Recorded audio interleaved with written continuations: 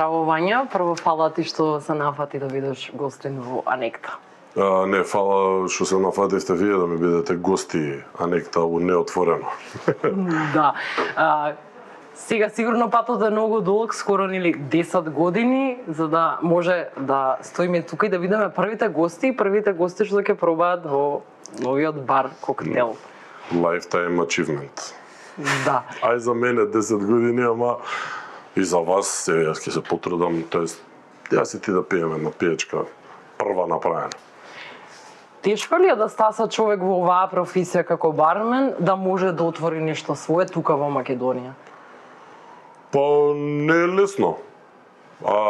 Дека е тешко, те е само некој челендж на некој начин.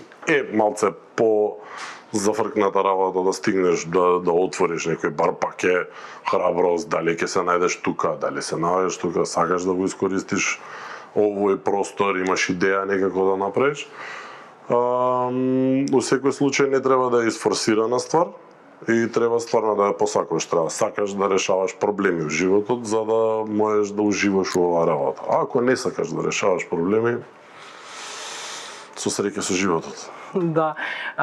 Кои се, сега да речеме, предизвици за да можеш не само да отвориш нешто, туку и да се работи работата како бармен и да се подготвуваат коктели? Дали не треба да се прескокнуваат скалила, бидејќи како инаку ќе научи човек да знае што сака некој позади од оваа страна на шанкот да пие. Ти мора да знаеш и како да служиш пијачка, и да имаш служено пијачка, и да имаш се друго пропратно работено, чирачки што се вели, за да можеш да бидеш мајстор. Добро прашање. У принцип, најголемата грешка што ја гледаме у отварање на нови локали и се останато за стигнеш, тоа е управо тоа, рипање многу скалива. Освен ако немаш партнер кој што точно знае што работи позади бар и тоа да биде партнерски однос во кој што барменот ја води целата приказна, а се наоѓа од друга страна као сакам да сум власник на бар, меѓутоа со некој учество и заборавање на газдинство, само во тој случај можеш да успееш некако во околинава да просперираш со голема доза на почит. Инаку немаш простор помеѓу оние кои што ја ценат оваа професија да биде како што треба. Разликата е во тоа што стварно треба да поминеш од перење чаши до праење вафли, до праење салати, до се и останато, зависи на кој каква му била приказната. Мојата била значи да правам и вафли, овошни салати, цедени сокови, смути, се сум правил. Се за да можеш да стигнеш да разпознаеш вкусови и така натаму, дури да стигнеш до делот каде што не знаеш колку не знаеш и тоа да те направи скромен и приземен. Има многу работа, а тек сега уште повеќе. Имаш неколку награди, ајде да кажеме поголеми, сигурно и надвор од тие официјални добиена. Што треба да има еден бармен според жирито, значи не субјективно чувство, туку што треба да има еден бармен не само во Македонија, на меѓународни надпревари, што всушност се оценува? Брзината, презентацијата? Те прашувам, тоа сигурно некој на интернет може да го види, ама да ми го каже некој. Не, што е најлошо, тоа стварно не можеш да го видиш на интернет. Што треба да направиме за као бар презентација, на такмичење, има милиарда некои видевца, треба да држиш вака чашата, така чашата, нема врска. Во принцип, оно што е најбитно за надпревар, да бидеш тоа што си, само уверено да го работиш оно што го работиш, пошто тоа звучи многу клише, меѓутоа кога ќе застанеш помеѓу професионалци од индустријата кои што те гледаат дали ќе ти капне, нели као за баксус секогаш ти капне, ако не треба да ти капне, се дешава да одработиш цела твоја точка, да речеме, безпрекорно. Што значи безпрекорно? Се гледа со што помалце движења, помалце празни движења, значи не сме раката едната да ти стои у джеб, дури ја работиш, него секогаш треба да имаш поврзана секвенца. Значи, тоа е јавен настап. Движењето, ние сме личности со јавно действие. Значи, бармени, сите што очекуваат дека не познаваат и дека ние ги познаваме нив, значи тоа Тоа е само дел од тоа што сме дел од ноќен живот и сме општо познати на луѓето кои што сакаат да уживаат. Да се вратиме. Значи, нема празни движења, мора да иде се во концептот кој што го представуваш. И на крај производот, како производот, коктелот кој што ги го сервираш, не е најбитната работа. Значи, коктелот, да, е јако битен и се како вкус кој што ќе те одели од остатокот од надпреварувачите, меѓутоа презентацијата сама е она што го води цел тој процес. За да можеш да поминеш покрај останатите надпреварувачи, треба стварно да изобилува со карактер самиот коктел, арома, вкус и така натаму. Но не придаваме толку значење затоа што опциите се бесконечни. Значи, ние денеска овдека со состојки кои што ги немаме у моментов у баров, пошто е нов и празен, можам да направам па 100 коктели. Не е тоа страшно. Поентата е како се тоа ќе биде испрезентирано. А имаме ли ние, да речеме, еднакви можности тука во државава, не само за, мислам, и меѓу другото и за вашата работа, но и за кога станува збор за се околу угостителство, лесно ли се наоѓаат сите намирници, се што ни треба за да може да се направи еден коктел како што би пил човек било каде во Европа? Некогаш не беше тоа ситуација кај нас, значи многу потешко се наоѓаат тие ствари. Со тоа што на нас тоа не се јавува као бенефит. Зашто?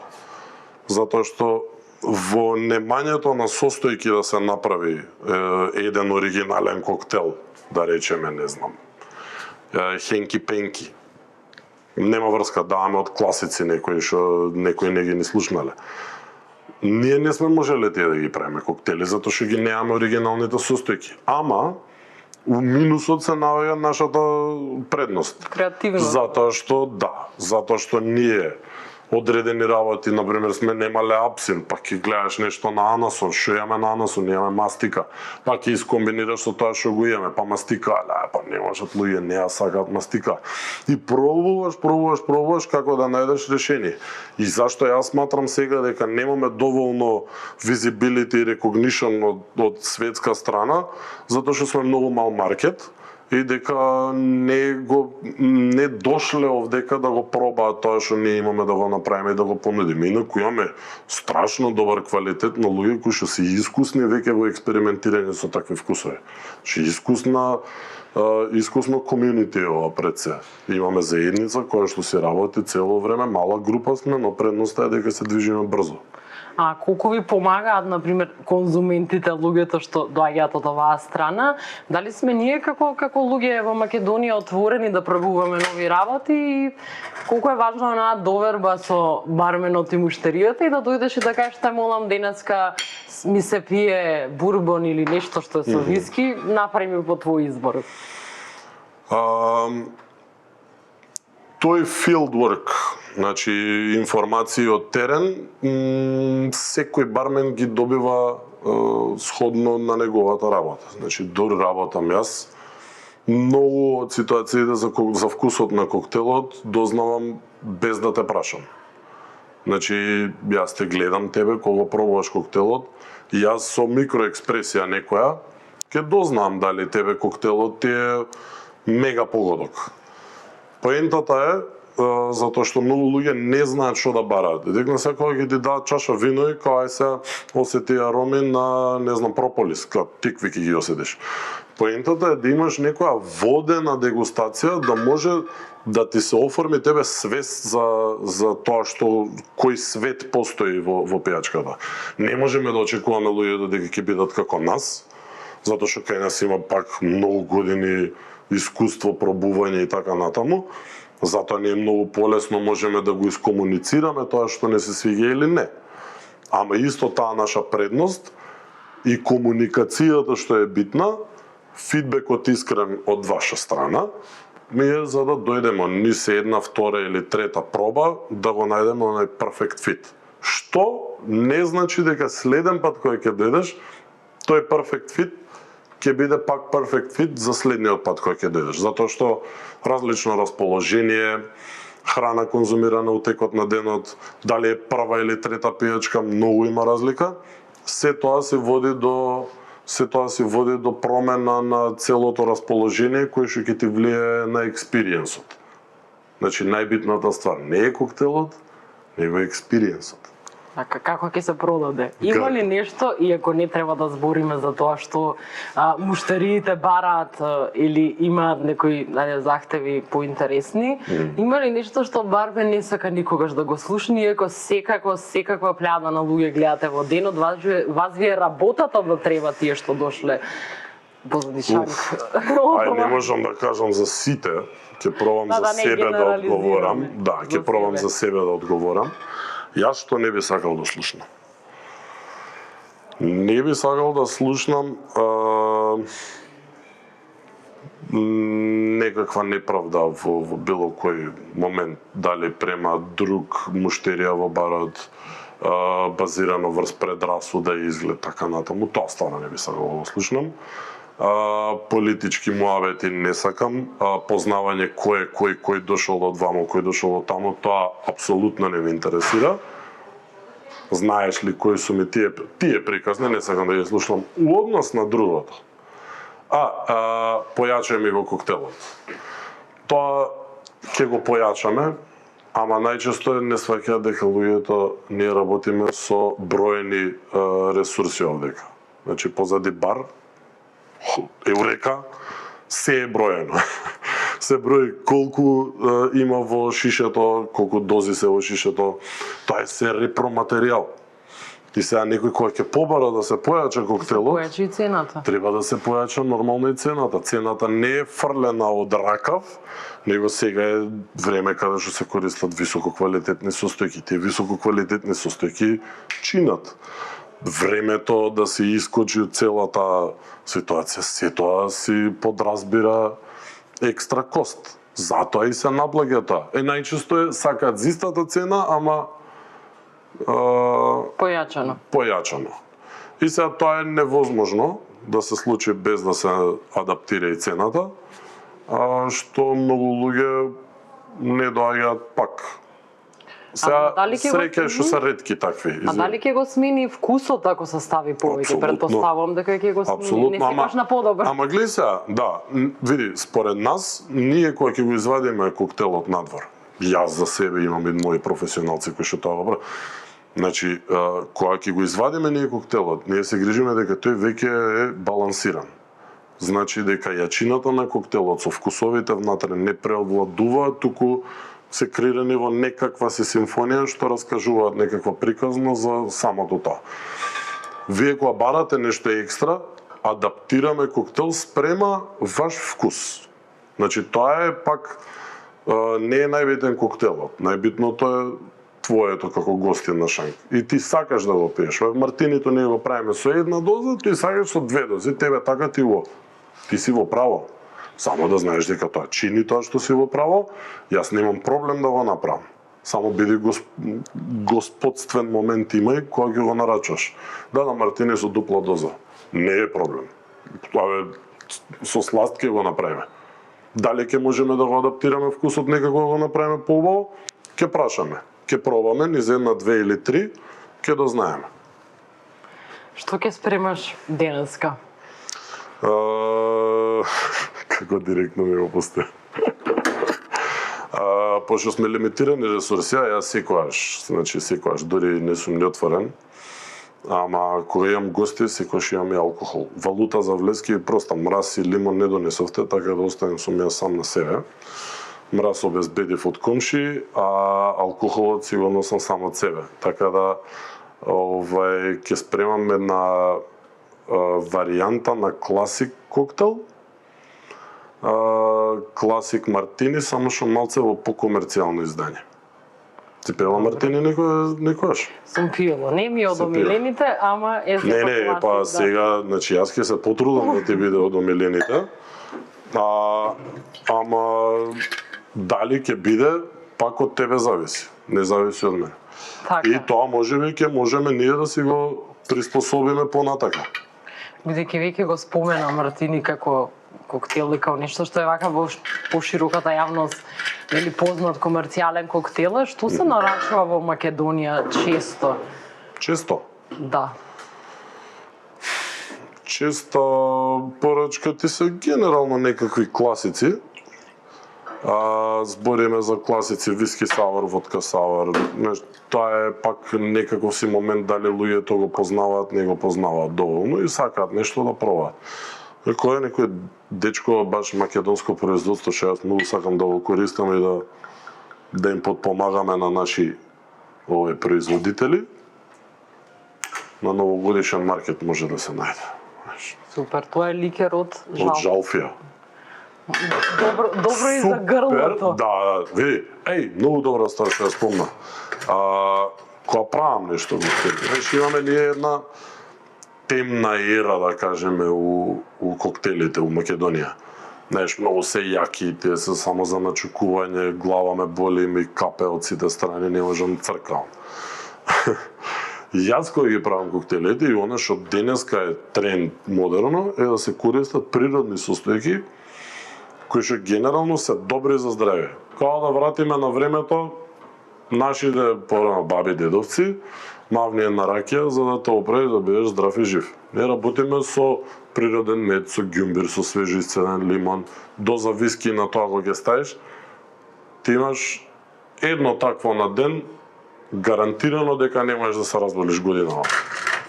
Наместо сезонски вакцини и така дале, имаш друго решение. Тоа е само кај нас или е тренд што се користи секаде за користење на природни состојки? Секаде е тоа генерално тренд. Кој го става здравието на пиедестал, секако дека користа такви работи. Значи, вие сте погодени од тој цел лајфстайл нов, кај што Ние сме внимаваме за сме кожата, погодени. за косата, за дали сме слаби, дебели, значи... Во духот на реновирањето. Ова иначе има врзана историја со алаткава што ме користена за мешање. Знаеш, она сечена водка кога ќе повараш со портокал. Тоа времето на времето кога користам. Боровница. Или боровница, тоа се вика штрафцигер, тој коктел, скрудрайвер. Пошто работници порано немале со што да промешаат, се сечеле водка со. Ако имале само штрафцигер до крај, и така е наслана тој коктел и тој е класика коктел, не е измислица. Така да си знаеш дека овој коктел денеска што ќе го пиеме ќе се вика имбус. Може у мене да ви остане. Имбус, да, може, ако се поводи, ќе видим. Прв пат го пробам, така да ќе поработиме на вкусот, ако треба да се адаптира, може? Сега во недостаток на опрема или што е разликата и зошто некојаш се користи дробен мраз, а некојаш се користи мраз што е вака во формата во која се пробува? Да, зависи што сакаш да постигнеш. Дробен мраз е понеконтролиран мраз, значи нивото на разводнување, процесот, брзината на разводнување му е многу поголема. И тоа најчесто се користи во коктели каде што има големо количество на алкохол, можеби некои цедени сокови, некои неспојови вкусови, тоа се например тики коктели, такви тропски, кокос, ананас, румови, различни румови, хайпруф рум, голема количина на шеќери се користи со тоа затоа што разводнувањето ти го отвара цел коктел. А овој тип на мраз се користи најчесто, најкомерцијална употреба има и најлесно достапен. Сега има нова ера на мразови, тие се мраз кој што се користи за као цела коцка мраз. И зашо е поентата, например, со него? Зашто е тој битен? Затоа што не навлага, например, пијачката измеѓу коцките и да го грее мразот и да го разводнува побрзо, што значи дека опфаќа само надворешната површина на една коцка мраз, не го разбива побрзо и мразот му прави услуга на коктелот не да го разводнува. И ти имаш поконзистентна пијачка што подолго трае и го пиеш тоа што заправо би требало. а не нешто XY. А околу чашите има и тоа сигурно историја и намена што која чаша се користи. Како нема. Има, да. Пак е начин што сакаш да постигнеш, дали чашата ти помага. Избор. Личен избор.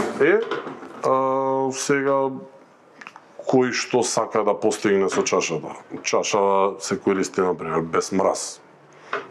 Имаш чаша со цела коцка мраз, да држи ладно, да држи. Како се шири аромата, дали сакаш да ја заробиш, да ја ослободиш и така натаму. Цевка, не користиш, што сме против цевки користење, ама добро. Тоа ќе биде... Тоа не е искоренет уште. Да, не знам зашо многу сам да го пробам, ќе ти избрзам само да го пробам, како се живели. Чекај се. Ај, првата пијачка. Првата пијачка. Многу е добар. Што ќе кажем иначе друго пред камера? Искрено, за мартини. Многу добро. Да, има вкус на... Да, се осеќа жалфијата многу. И онака на луѓе што имаат проблеми со синусити и со грло, кога ќе биде сезона на болести такви, Упат не примаме, не е морално. без упат Приватно може да дојде. Може да дојдете слободно, ќе ви помогне во респираторниот тракт. Сега, пошто нема ништо за декорација, ова со шо би го декорирал? Баш Еве, ме например, интересира. јас сум поборник за без декорации.